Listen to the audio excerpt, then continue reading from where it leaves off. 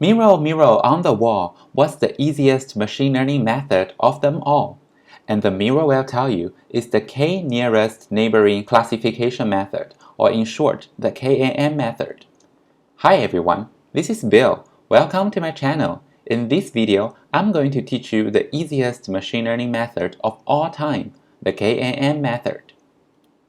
The KNN method helps us classify observations. It uses the closest observations to determine the class of a new observation. It can be done in 3 steps. First, find the k nearest neighboring observations to the new observation. Second, do a vote among the k observations and see which class has the highest number of these k observations. Third step, in the case that there is a draw between different classes, we break the tie randomly with each of the competing classes having the same probability. For example, look at the empty dot on the left-hand side figure. When k is equals to 1, which class do you think it belongs to? Apparently, the nearest point to this empty dot is orange, so we classify this empty dot as orange. Now, look at the empty dot on the right-hand side figure. When k is equals to 3, among the 3 nearest neighbors, 2 of them are green, while 1 of them is orange. So, by a majority voting, we classify this empty dot as green. At a 2-dimensional space, it is pretty easy to see which observations are near to each other, as we have an intuitive way to measure the distance. For example, what is the distance between the 2 dots that are connected by the red dashed line? We can take the square of the differences between their x1 values as well as the difference between their x2 values, sum them up, and then take its square root.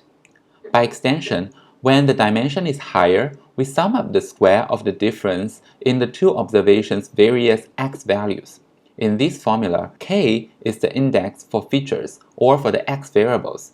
I and j are the indexes for the 2 observations. Another question that often pops up is how to choose a good k-value. A bad choice of k-value can hurt the prediction power of the KNN method. For example, on the left-hand side, we have an outlier, which is the green dot surrounded by many orange dots. If we set k to be 1 and the new observation happens to fall near the outlier, we will predict it to be green, while obviously it is more reasonable to classify this new observation as orange.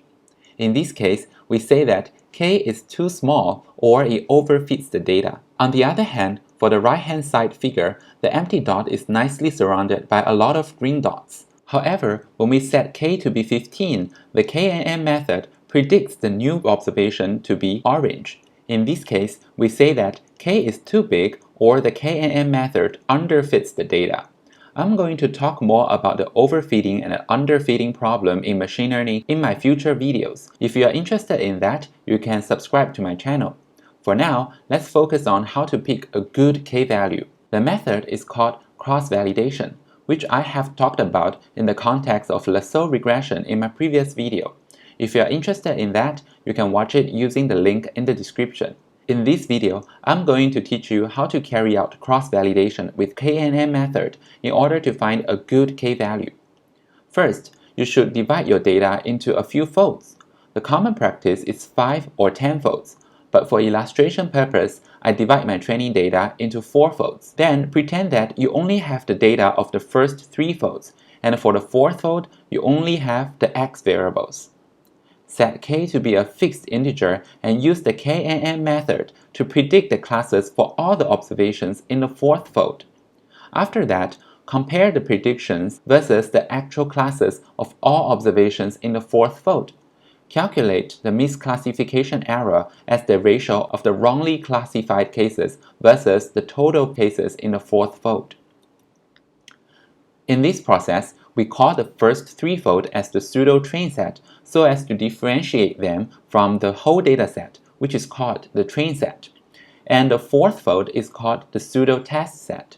You should repeat this procedure with different fold as your pseudo test data and obtain 4 misclassification errors.